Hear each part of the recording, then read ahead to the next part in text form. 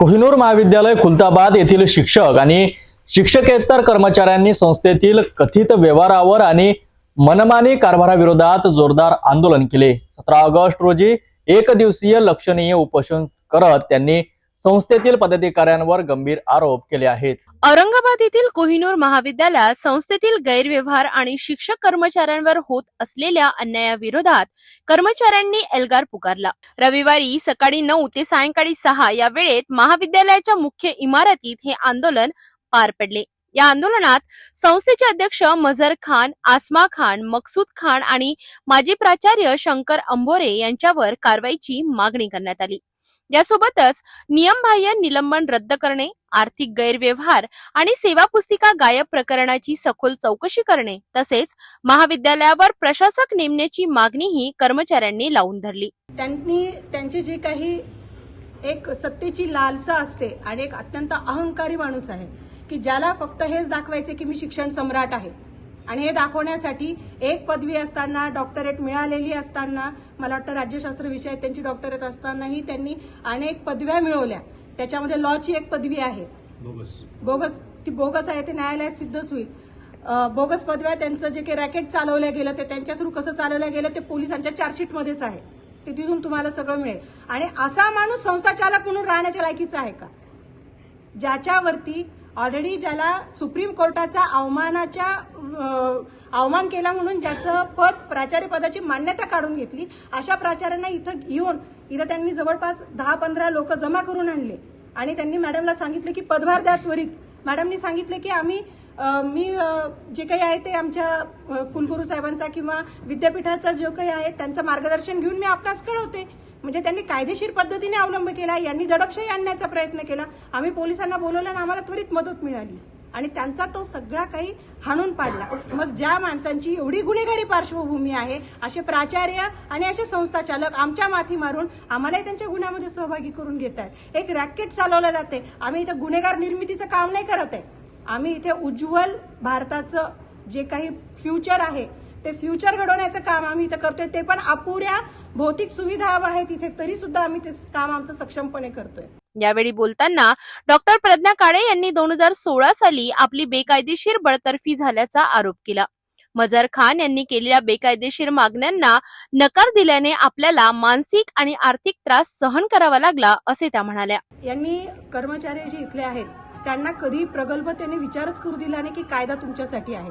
त्याने हेच सांगितले की 30(1) नुसार मला अल्पसंख्याक दर्जाची मला जी आहे ती पूर्ण प्रोटेक्शन मिळालेलं आहे आणि याच्यामध्ये तुमचं ना कुठलं न्यायालय काही करू शकतं ना काही करू शकतं, कारण मला अल्पसंख्याक दर्जा प्राप्त आहे। तर सर्व मीच आहे, जे पण काही ते करेल ते मीच करेल। तुमचं पदोन्नती करायची असेल, कोणाची नोकर भरती करायची असेल आणि कोणाला काढायचं असेल ते सुद्धा मीच आहे। ह्या सगळ्या दबावामध्ये त्यांना जीवे मारण्याची धमकी दिल्या गेली। रात्रपाळी लावा नॉन टीचिंगच्या स्टाफची म्हणून मॅडमवरती दडपण आणल्या गेलेले एका, जेव्हा त्या प्रभारी प्राचार्य होत्या म्हणून, आणि त्यांच्या घरचे वॉशरूम साफ करण्यापासून आमच्या नॉन टीचिंगच्या स्टाफने काम केलेले, त्यांची मुलं सांभाळलेली आहेत।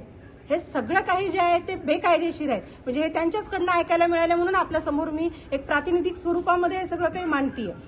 आणि मग या दडपणामध्ये असलेला जो आहे की ज्याचा पगार थांबतो, ज्याची EMI थांबतात, तो त्या साहेबाचं ऐकणारच। त्यांनी इथं सांगितलं सामुदायिक फाशी घ्या, कुटुंबाला आणून इथं दोऱ्या घ्या, इथं हे करा, मला ते काही सांगू नका। अल्पसंख्याकाच्या नावाखाली निव्वळ शोषण केलेलं आहे। महिलांचं शोषण म्हणजे महिलांकडे बघण्याची दृष्टी इतकी घाणेरडी आहे। आवाज करणारी महिला कशी दाबली जाईल हे तो बघतो आणि त्याला मदत करणारे तसेच लोक आहेत। डॉक्टर निलेश देवगावकर यांनी प्राचार्य डॉक्टर कमरुनिसा बेगम यांचे निलंबन रद्द करण्याची मागणी केली, तर डॉक्टर बेगम यांनी मझहर खान यांच्या कारभाराखाली दडपशाही वाढल्याचे आणि विरोध केल्यास निलंबनाची धमकी दिली जात असल्याचा आरोप केला। त्यांनी आपली सर्व्हिस बुक फाडण्यात आल्याची धक्कादायक माहितीही दिली। या आंदोलनात doctor Kamrunisa Begum, doctor Shaikh Mohammad Arif, doctor Subhash Gite, doctor Mohammad Hanif यांच्यासह अनेक शिक्षक आणि शिक्षकेतर कर्मचारी सहभागी झाले होते। या सर्व मागण्यांची दखल घेत उच्च शिक्षण विभागाचे सहसंचालक रणजित सिंह निंबाळकर यांनी उपोषणस्थळी भेट दिली आणि मागण्या पूर्ण करण्याचे आश्वासन दिले। त्यानंतर हे आंदोलन स्थगित करण्यात आले। 2000 पासून या महाविद्यालयामध्ये ज्युनियर क्लर्क ते अधीक्षक या पदापर्यंत मी सलग 23 ते 24 वर्ष सर्व्हिस केली।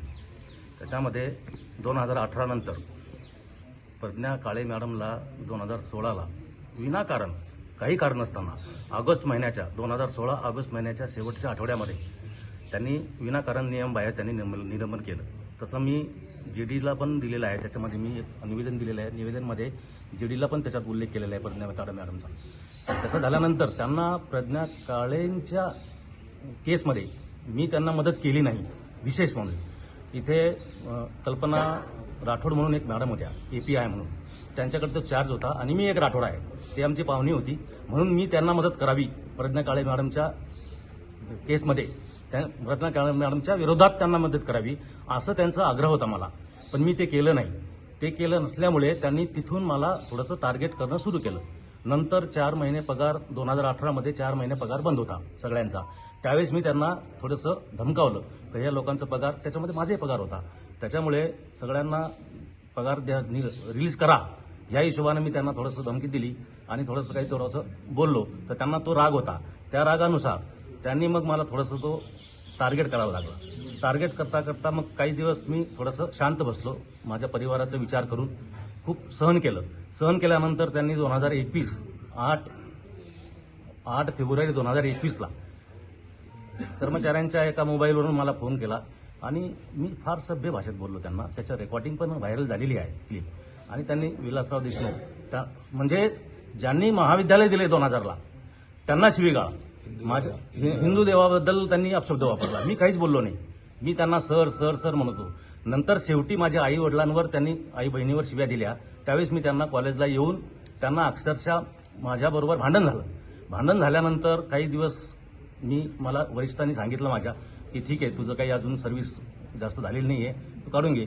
म्हणून मी विनाकारण म्हणजे एवढं अंडर प्रेशरमध्ये राहून मी माझं परिवाराचा विचार करून मी थांबलो.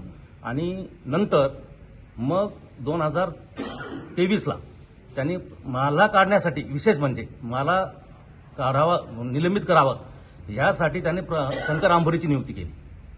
शंकर आंभोरीची नियुक्ती केल्यानंतर काही दिवस थोडेफार 1.5 महिना थोडेसे व्यवस्थित राहिले आणि शंकर आंभोरीने त्याचं जो आहे तो डाकूच आहे, तो सगळ्यांना माहिती आहे, पण त्यांनी तो त्याचा डाकूपणा दाखवायला सुरुवात केला. आणि नंतर मग मला सांगितलं, त्यांनी मला निलंबनाचं पत्र दिलं, फक्त एकच पत्र दिलेलं, ते आहे माझ्याकडे. ते दिल्यानंतर मी काही काळ शांत बसलो. शांत बसल्यानंतर त्यांनी, शंकर आंभोरेंनी स्वतः मला सांगितलंय की त्यांनी मला सांगितलेलं आहे की एक अनुसूचित जातीची महिला कुठलीही महाविद्यालयाची असेल किंवा बाहेरची असेल, त्यांना लावून तुमच्यावर विनयभंगाची आम्ही गुन्हा दाखल करू. मी अधीक्षक असल्यामुळे माझ्याकडे कुठलाही कर्मचारी येत होता आणि माझ्याकडे पाठवणार त्यांची बायको असेल किंवा कोणी तरी करणार होते ते. आणि त्यांनी स्वतः सांगितलं होतं की तुझ्यावर असं गुन्हा दाखल करू की म्हणजे बलात्काराचा गुन्हा दाखल करणार होती माझ्यावर.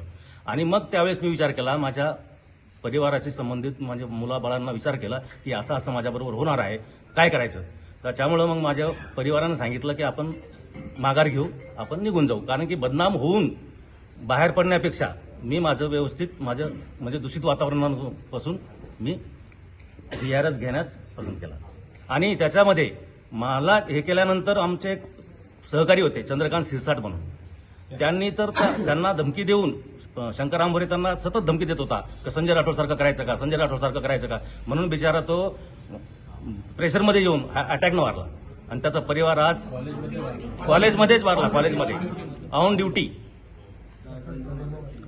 हे सगळं थांबायला पाहिजे. आणि सगळे जे कर्मचारी आहेत बिचारे, सगळे प्राध्यापक कर्मचारी जे सगळे व्यवस्थित काम करतात, मला चांगला अनुभव आहे.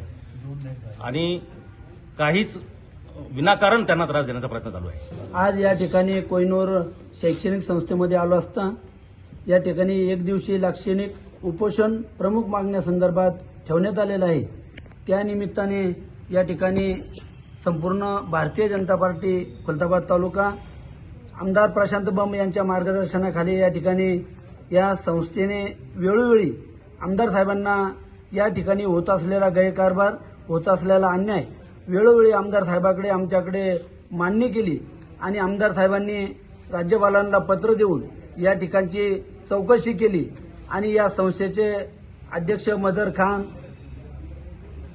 आसमा खान, मकसूद खान यांनी ज्या प्रकारे या ठिकाणी विद्यार्थ्यांची, शिक्षकांची जी छळवणूक केली त्या संदर्भात या ठिकाणी वेळोवेळी पाठपुरावा केला आणि या शिक्षकांच्या या संस्थेच्या कारभाराबद्दल उच्चस्तरीय चौकशी होऊन या ठिकाणी त्यांचं निलंबन व्हावं व या ठिकाणी येण्यासाठी या अध्यक्षाला सचिवाला या ठिकाणी थांबण्यात यावं व या कारभाराची उच्चस्तरीय चौकशी व्हावी अशी आमची सर्वांची मागणी आहे। आणि या संस्थेचे जे प्राध्यापक शिक्षक जे न्यायालयीन लढा लढत आहे किंवा ज्या मागण्या मागत आहे त्यासाठी आम्ही या ठिकाणी भारतीय जनता पार्टीच्या वतीनं आमचा सर्वांचा या ठिकाणी त्यांना पाठिंबा आहे। कोहिनूर महाविद्यालयातील कर्मचाऱ्यांच्या आंदोलनाने संस्थेतील गैरप्रकाराचा मुद्दा पुन्हा एकदा समोर आला आहे। शासनाच्या आश्वासनानंतर आंदोलन स्थगित झाले असले तरी या मागण्यांवर पुढील काळात काय कारवाई होते हे पाहणे महत्त्वाचं ठरेल।